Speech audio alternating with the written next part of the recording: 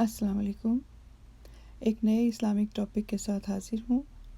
آج جو واقعہ میں آپ کے ساتھ شیئر کر رہی ہوں وہ 70,000 مردہ لوگوں کے زندہ ہونے کا واقعہ ہے۔ اس کا واقعہ یہ ہے کہ بنی اسرائیل کی ایک جماعت جو حضرت حزقیل علیہ السلام کے شہر میں رہتی تھی، شہر میں طاعون کی وبا پھیل جانے سے ان لوگوں پر موت کا خوف سوار ہو گیا، اور یہ لوگ موت کے ڈر سے سب کے سب شہر چھوڑ کر ایک جنگل میں بھاگ گئے اور وہیں رہنے لگے۔ اللہ تعالیٰ نے ان لوگوں کی حرکت بہت زیادہ ناپسند کی، چنانچہ اللہ تعالیٰ نے ایک عذاب کے فرشتے کو اس جنگل میں بھیج دیا، جس نے ایک پہاڑ کی آڑ میں چھپ کر اور چیخ مار کر بلند آواز سے یہ کہہ دیا کہ موت ہوا، یعنی تم سب مر جاؤ۔ اور اس مہیب و بھیانک چیخ کو سن کر بغیر کسی بیماری کے بالکل اچانک کے سب مر گئے، جن کی تعداد 70,000 تھی۔ ان مردوں کی تعداد اس قدر زیادہ تھی کہ لوگ ان کے کفن و دفن کا کوئی انتظام نہیں کر سکے، اور ان مردوں کی لاشیں کھلے میدان میں بے گور و کفن 8 دن تک پڑی رہیں، اور بے انتہا تعفن اور بدبو سے پورے جنگل بلکہ اس کے اطراف میں بدبو پیدا ہو گئی۔ کچھ لوگوں نے ان کی لاشوں پر رحم کھا کر چاروں طرف سے دیوار اٹھا دی تاکہ یہ لاشیں درندوں سے محفوظ رہیں۔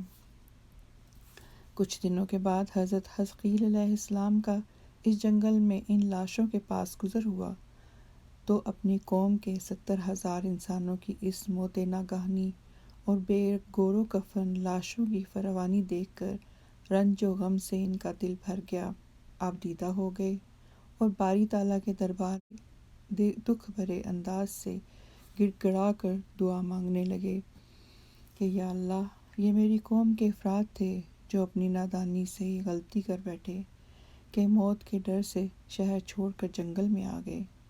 یہ سب میرے شہر کے باشندے ہیں، ان لوگوں نے مجھ سے انس کیا ہے اور یہ لوگ میرے دکھ سکھ کے شریک تھے۔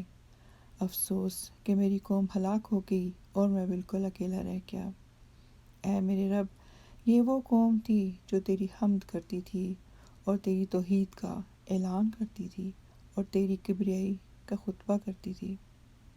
آپ بڑے سوز دل کے ساتھ دعا میں مشغول تھے کہ اچانک آپ پر یہ وحی اتری کہ اے حزقیل، آپ ان بکھری ہوئی ہڈیوں سے فرما دیجئے کہ اے ہڈیوں، بے شک اللہ تعالیٰ تم کو حکم فرماتا ہے کہ تم اکٹھا ہو جاؤ۔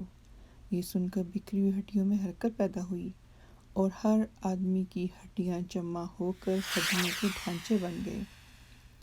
پھر یہ وحی آئی کہ اے حزقیل، آپ فرما دیجئے کہ اے ہڈیوں، تم کو اللہ کا یہ حکم ہے کہ تم گوشت پہن لو۔ یہ کلام سنتے ہی فوراً ہڈیوں کے ڈھانچوں پر گوشت پوشت چڑھ گیا۔ پھر تیسری بار یہ وحی نازل ہوئی، اے حزقیل، اب یہ کہہ دو کہ اے مردو، خدا کے حکم سے تم سب اکٹھے ہو جاؤ اور کھڑے ہو جاؤ۔